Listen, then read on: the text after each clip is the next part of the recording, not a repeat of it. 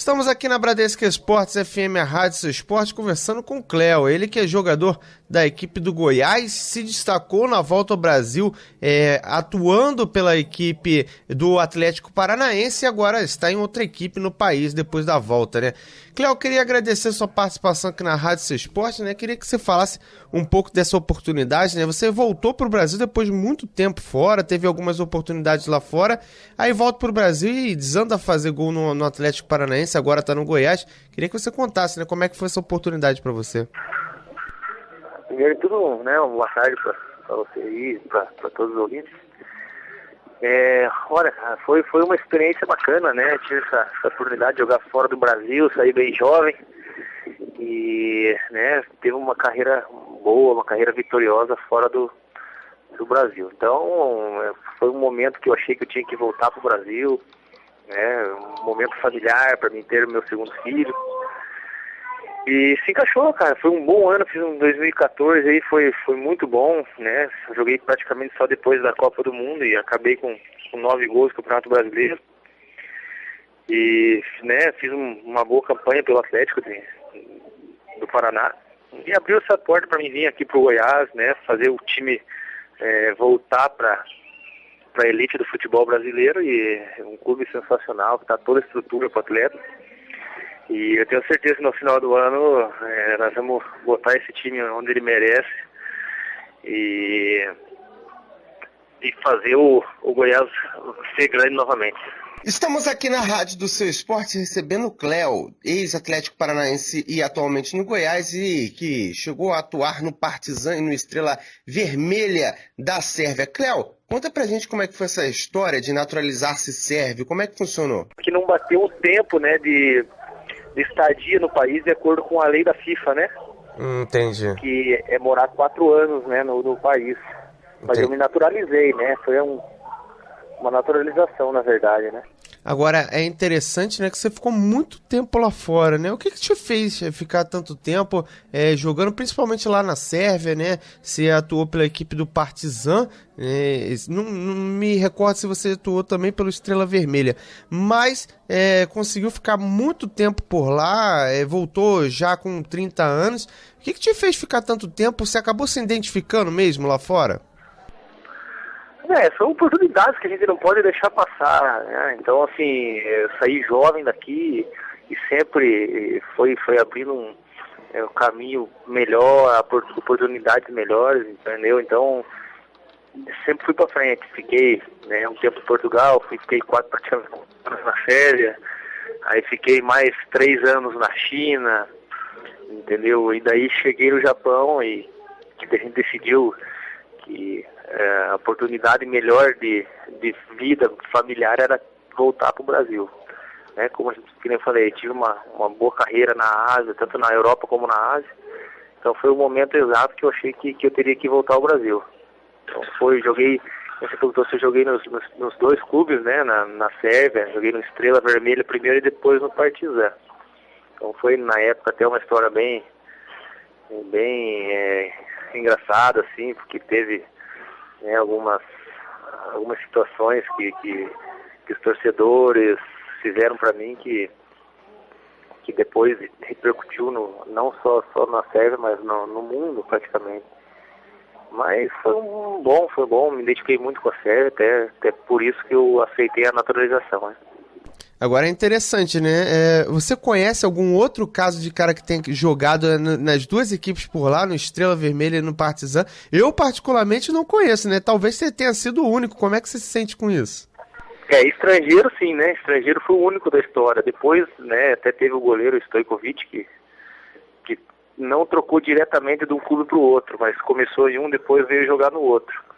Então realmente foi uma coisa bem histórica, assim, né, no país, e repercutiu muito, mas graças a Deus foi bem aceito pelo Partizan, que foi o clube que me recebeu na época, e eu pude ser, né, um dos ídolos aí atuais do clube, e até hoje tenho um carinho muito grande pelo clube, como o clube tem por mim também, né.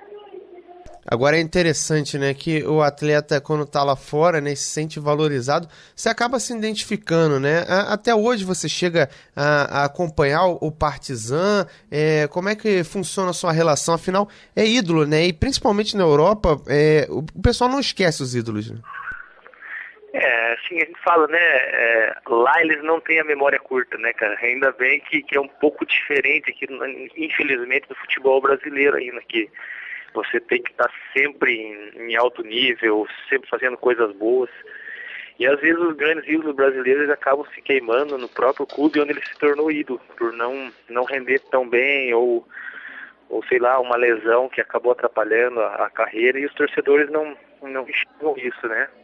E lá não, lá eles fazem de tudo para você se sentir bem, eles te tratam diferente realmente, entendeu? E a relação com o Partizan ainda tem até hoje. Eu falo para todo mundo que é o clube que eu torço, né? Você acaba torcendo, se identificando com o clube e tal, e o meu hoje é o Partizan. O treinador é um grande amigo meu, né? O diretor da equipe foi um jogador que jogou comigo na época, ele já estava, né, praticamente encerrando a carreira, e hoje ele é o diretor do Partizan.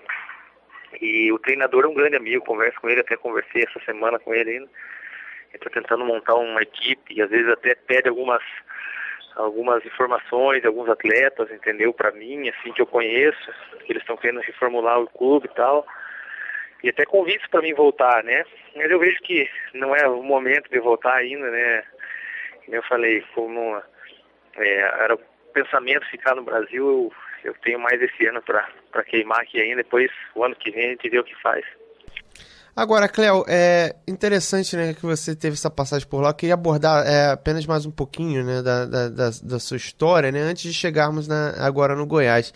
Eu queria te perguntar o seguinte, né, Partizan, campeonato sérvio, né, os brasileiros acompanham um pouco dessa disputa.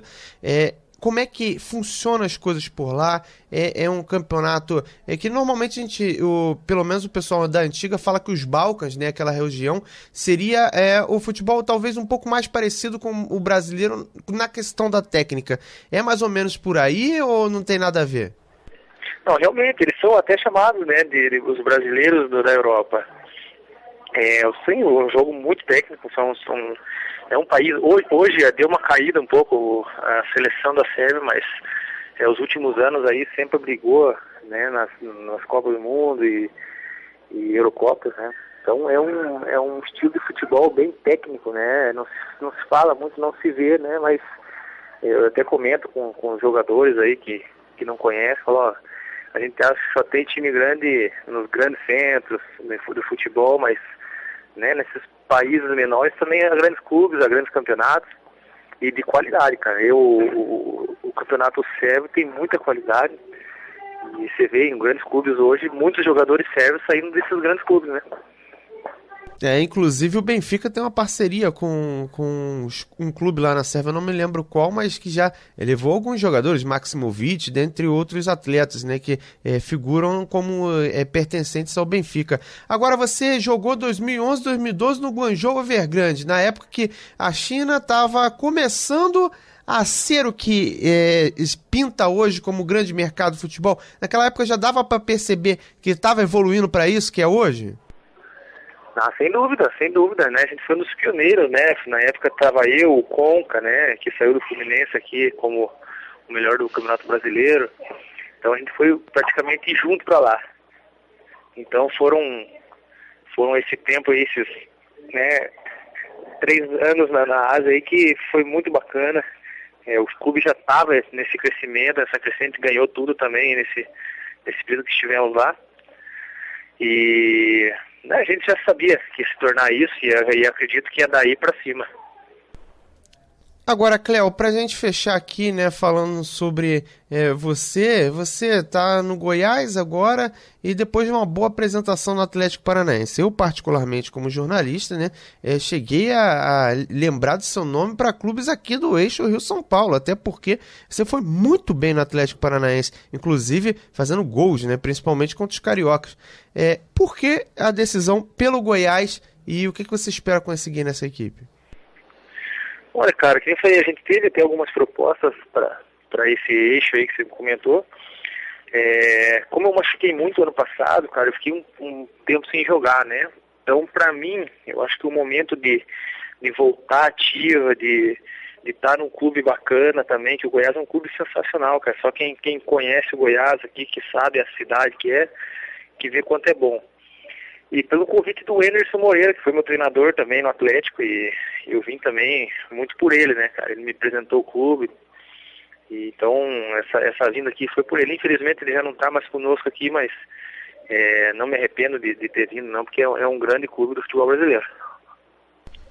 Cléo, eu queria agradecer sua participação aqui na Bradesco Esportes FM, a Rádio Seu Esporte, parabenizar pela bela história que você tem no futebol, se naturalizando sérvio, quase defendendo a seleção da Sérvia, né? Queria agradecer e te fazer uma última pergunta, já aproveitando o embalo, queria te perguntar, né? Tantos países, Japão, China, Sérvia, tem alguma história engraçada, alguma coisa, situação inusitada que você tenha vivido nessa tua época aí fora do país? Afinal, você voltou, já tá com 30 anos. Pois olha, rapaz, tem história de tudo que é jeito, né? A gente fala que uma história assim não é muito engraçada, mas é interessante. E normalmente se fala que tem muita pressão no Brasil, né? Eu tive uma pressão quando eu cheguei na Estrela Vermelha, primeira semana lá, que o time não ganhava e tava uma situação difícil, nem jogando eu tava ainda, eu presenciei a torcida invadindo lá, quebrando tudo, quebrando todos os carros dos atletas, entendeu? Então foi um negócio assim que, no princípio, foi assustador para mim. Mas depois disso não passei mais nada assim que tenha me preocupado, não. Mas foi um negócio bem assustador assim na época. Um cartão de visita logo na chegada, né, Cléo? Já avisando já que como é que seria. Eu tinha que aguentar a pressão. Mas eu fui feliz, graças a Deus deu tudo certo e tudo se encaminhou lá.